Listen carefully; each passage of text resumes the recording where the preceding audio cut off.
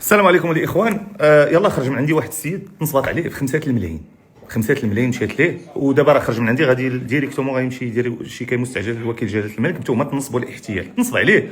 المهم بلا ما نعاود على القصه بحال داكشي ديال تيك شوب وداكشي اللي كنت عاودت لكم عليه.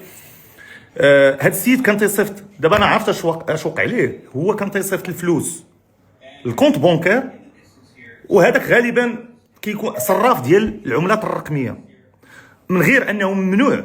راه مصيبه كبيره وراه حذرت منها 100 مره. الناس اللي كيصرفوا حبسوا هذاك الشيء اللي كديروا، لانه الفلوس اللي كيجيوك ما كتعرفش ديال من، وغالبا تيكونوا ضحايا ديال جرائم رقميه. انت كيوصلوك الفلوس كتصيفط لهذاك خونا اللي هضر معاك اللي هو نصاب الحقيقي، ولا شوف كتصيفط ليه انت الكريبتو.